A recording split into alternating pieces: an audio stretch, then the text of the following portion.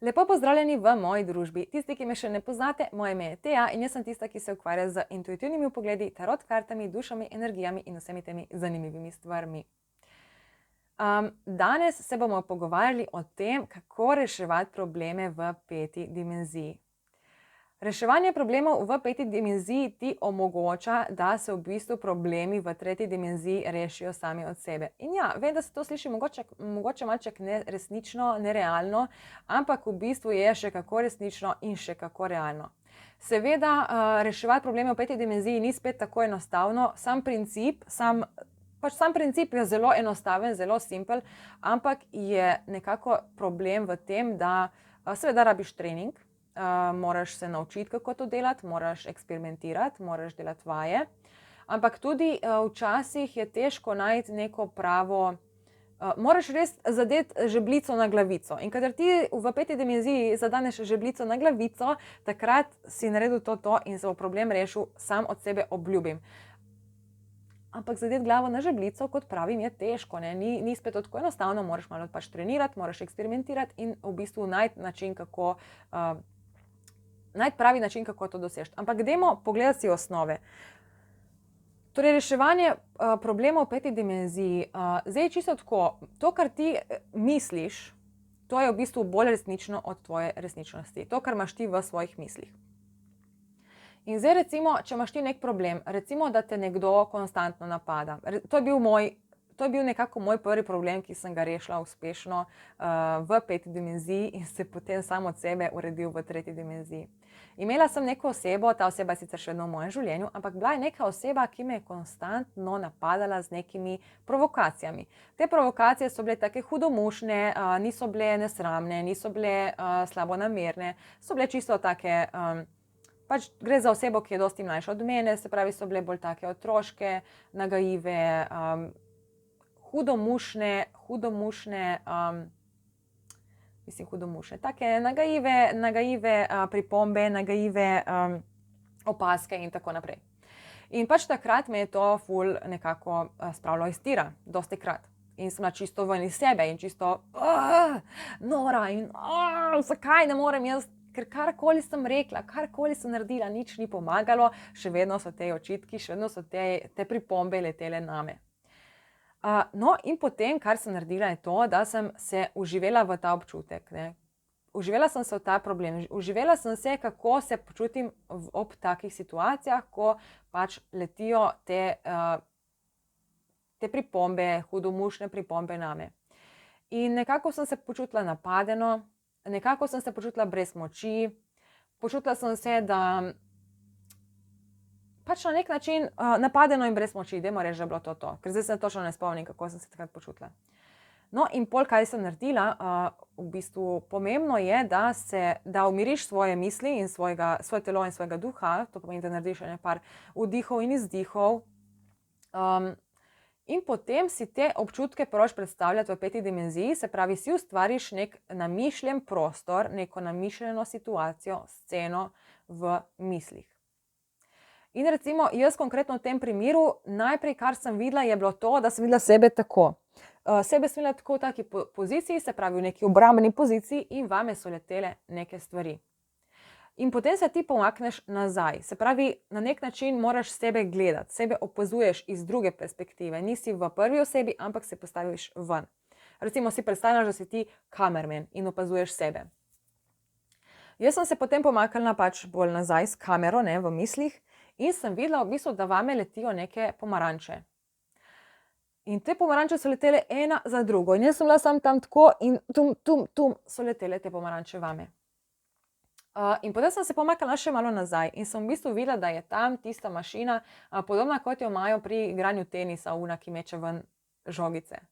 In pač tam je bila ta mašina, metale pomaranče in te pomaranče so letele direktno vame. In potem sem pogledala, kdo upravlja to mašino in sem videla, da za to mašino stoji v bistvu ta oseba, ki je recimo vedno letela, ki je vedno metala name neke provokacije. In imela je tak hudomušen nasmeh, tipo hi. Tako se skrivala zadaj in hi. In v bistvu pol, ko sem pol, ko sem v bistvu se pomaknila nazaj in sem videla, kakšna je dejansko situacija, sem se vprašala, ok, Teja, kaj lahko zdaj naredim, da te pomaranče ne bojo več letele vame. In v bistvu rešitev je bila zelo preprosta. Ja, za božjo voljo, Teja, premakni se 2 koraka bolj desno in te pomaranče vate ne bodo več letele. In dejansko sem v meditaciji premaknila sama sebe 2 koraka bolj desno in sem videla, da pomaranče zdaj letijo mimo mene v zid. In tista oseba, ki je bila tam za to mašino, je to kar naenkrat postalo dolgočasno in to je bilo to. Se pravi, je bil problem nekako rešen. V 5. dimenziji sem rešila problem. In kaj se je potem zgodilo v 3. dimenziji? V bistvu čez noč oziroma takoj naslednjič, ko je ta oseba začela vame metati razne očitke, razne te neke nagajive pripombe, me enostavno to ni več ganilo. Od tistega trenutka naprej me sploh ni več ganilo. In jaz sem bila začudena sama nad sabo, kako sem reagirala čisto drugače. Čisto drugače sem reagirala in tej osebi to več ni bilo zabavno in posledično je tudi nehala. Pač parkrat je še probala, ampak potem se je naveličala in je videla, da brez veze, Teja ni več zanimiva, Teja se več ne razjezi, Teja ni več živčna. Ne? Tako da v bistvu, ok, zdaj to je bil nek tak majhen problem, ampak dejansko ti lahko rešiš tudi neke večje probleme. Recimo, da se v službi počutiš ful napadenega, da se počutiš nekako, ali pa ne napadenega, dajmo reči, da te v službi nadrejeni preveč obremenjujejo. In probaj najti občutek, kako se počutiš zaradi tega. In recimo, kar mi zdaj pade na pamet, oziroma ta podoben primer sem dala že eni moji stranki na vpogledu.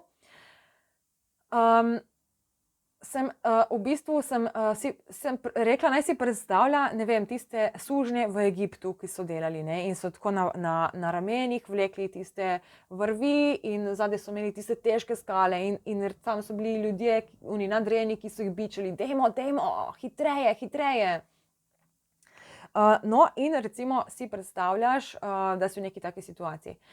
In potem v bistvu greš nazaj s kamero, greš nazaj in si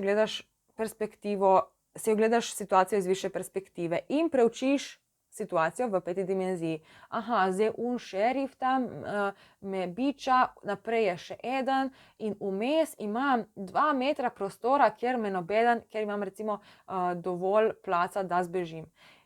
In recimo si ti predstavljaš v mislih, da ko prideš do tiste točke, da enostavno si snameš dol te vrvi in šibaš nekam v 3PM in tečeš in vidiš vse, kako tečejo za tabo. In ti še tečeš, prideš do nekega, ne vem, gozda, tečeš, predstavljaš si, kako tečeš po vseh unih grmovih ali pač kjerkoli, kakorkoli boš začutila, da v bistvu nekako, da je to prava situacija zate.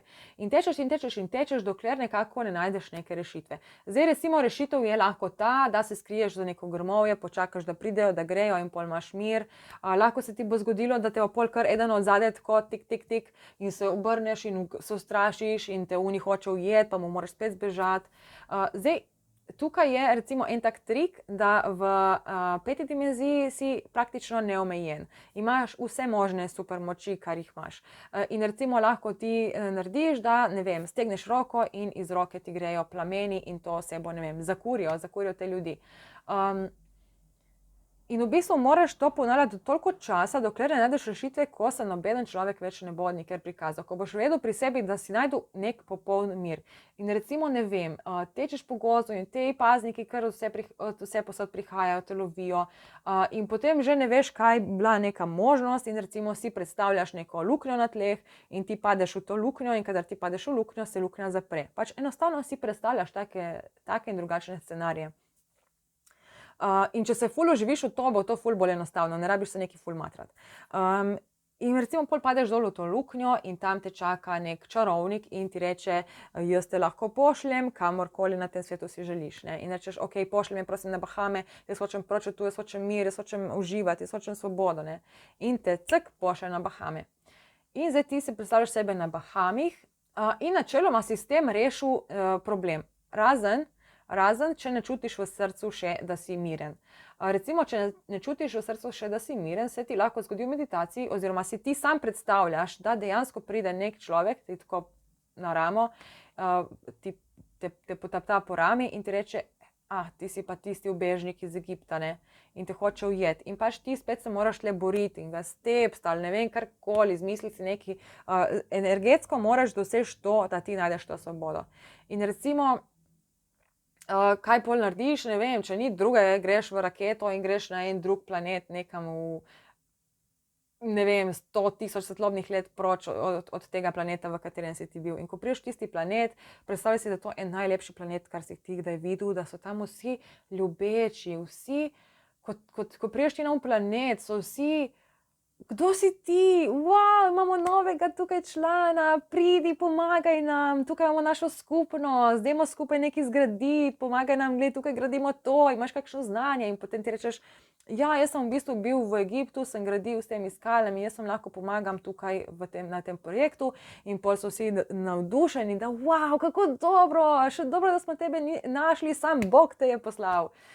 In kadar ti v mislih dosežeš to energijo, začneš v tem ful uživati in se počutiš nekako vrednega, počutiš se ljubečega, počutiš se sprijetega, počutiš se del neke skupnosti in s tem ti spremeniš svojo energijo.